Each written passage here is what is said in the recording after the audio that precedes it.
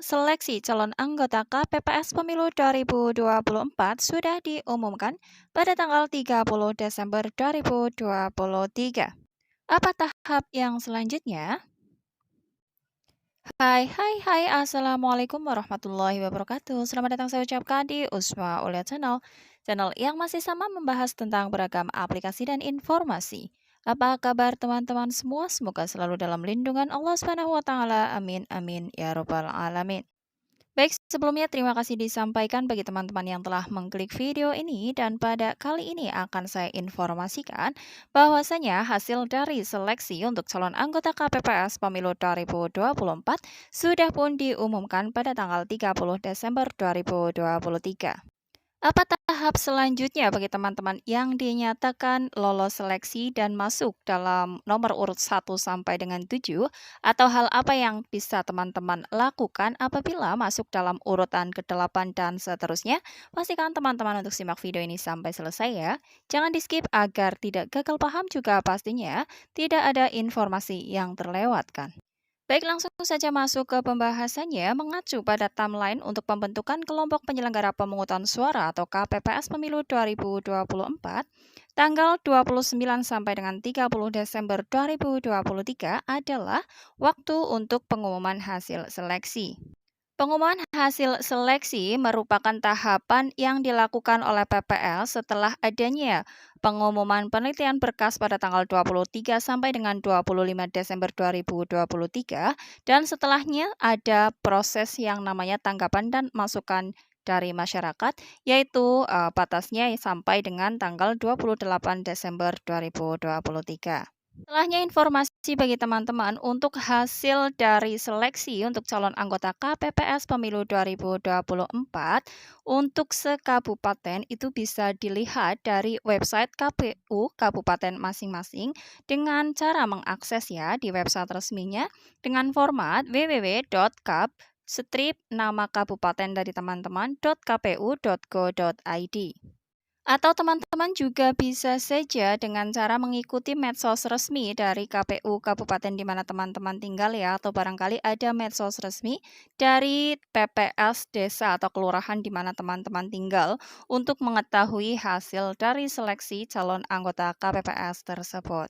Barangkali ada di antara teman-teman yang tidak bisa untuk mengakses website resmi KPU Kabupaten atau tidak ada medsos resmi dari KPU Kabupaten tersebut, bisa langsung menanyakan kepada PPS di mana teman-teman tinggal, artinya yang berkantor di balai desa atau balai kelurahan di mana teman-teman tinggal untuk mengkonfirmasi nama-nama siapa saja yang dinyatakan lolos pada seleksi calon anggota KPPS Pemilu 2023.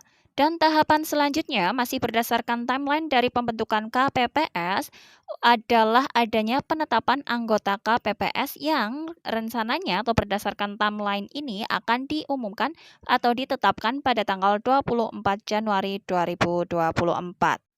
Mengacu dari pengumuman yang sudah diumumkan di PPS di wilayah saya, ada informasi bagi teman-teman yang dinyatakan lolos, artinya dalam seleksi tersebut masuk dalam nomor urut 1 sampai dengan 7 dihimbau untuk melakukan pengunggahan mandiri dokumen administrasi ke siakba.kpu.go.id.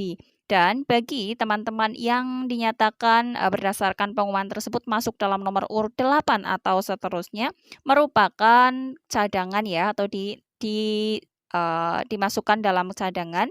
Jadi namanya cadangan apabila ada yang mengundurkan diri dari nomor urut 1 sampai dengan 7, teman-teman yang bernomor urut 8 dan seterusnya berpotensi atau berpeluang untuk masuk menjadi anggota KPPS. Dan untuk yang bernomor urut 1 sampai dengan 7 berdasarkan informasi yang saya terima dari PPS di wilayah saya ya, kurang tahu untuk di wilayah teman-teman bagaimana, bisa di-share dengan cara ditulis saja di kolom komentar untuk kita sekedar sharing bersama. Kalau berdasarkan hasil pengumuman yang sudah diumumkan di PPS di mana saya tinggal, itu harus mengakses atau harus mengakses siakba.kpu.go.id kemudian melakukan pengunggahan mandiri dokumen administrasi. Dan ternyata pada saat saya mencoba untuk melakukan mengakses siakba.kpu.go.id untuk keterangan pengunggahan berkas bagi anggota KPPS itu belum tersedia. Jadi, untuk siakba.kpu.go.id diharuskan masih untuk menunggu waktu yang tepat. Artinya pada saat ini waktunya belum tepat ya, mungkin karena belum ada penetapan anggota KPPS yang pasti dan belum ada pelantikan juga. Adapun informasi lagi yang saya terima bahwasanya untuk yang bernomor urut 1 sampai dengan 7 untuk berkas administrasi yang diunggah ke siakba.kpu.go.id nantinya adalah berkas-berkas administrasi yang sudah pun teman-teman unggah sebelumnya pada saat pendaftaran online calon anggota KPPS. Berarti ada memuat tentang surat lamaran, surat pernyataan, kemudian ada daftar riwayat hidup, ada ijazah terakhir, foto KTP, kemudian ada juga foto dari surat keterangan sehat. Untuk sementara informasi yang saya terima berkas-berkasnya adalah sama dengan berkas-berkas yang sudah pernah di-upload sebelumnya, tetapi tidak menutup kemungkinan nanti ada berkas lain yang mungkin belum ada sebelumnya atau tidak memberlakukan suatu berkas juga. Ini tidak menutup kemungkinan ya. Jadi untuk pastinya berkas administrasi yang harus diunggah ke siakba.kpu.go.id ini masih harus menunggu informasi lebih lanjut dari KPU. Jadi dapat disimpulkan untuk teman-teman yang masuk dalam nomor urut 1 sampai dengan 7 adalah mengikuti prosedur yang ada, pastinya akan dibuatkan grup terkhusus untuk anggota KPPS di suatu desa atau kelurahan, patuhi saja aturan yang ada. Kemudian untuk yang bernomor urut 8 sampai dengan seterusnya, jika teman-teman merupakan calon anggota KPPS ternyata masuk dalam nomor urut 8 dan seterusnya, itu masuk dalam cadangan.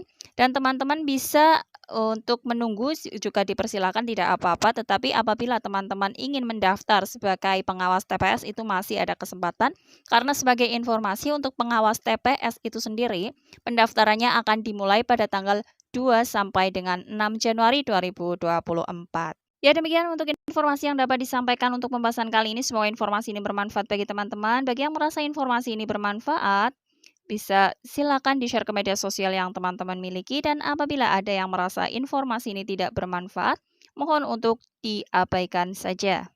Bagi yang belum subscribe, mohon dukungannya dengan cara subscribe, bunyikan lonceng notifikasinya, juga tinggalkan jejak dengan like dan komen kalian. Salam sukses selalu tentunya, dan apabila ada pertanyaan bisa tulis saja di kolom komentar, akan saya upayakan untuk menjawabnya. Wassalamualaikum warahmatullahi wabarakatuh.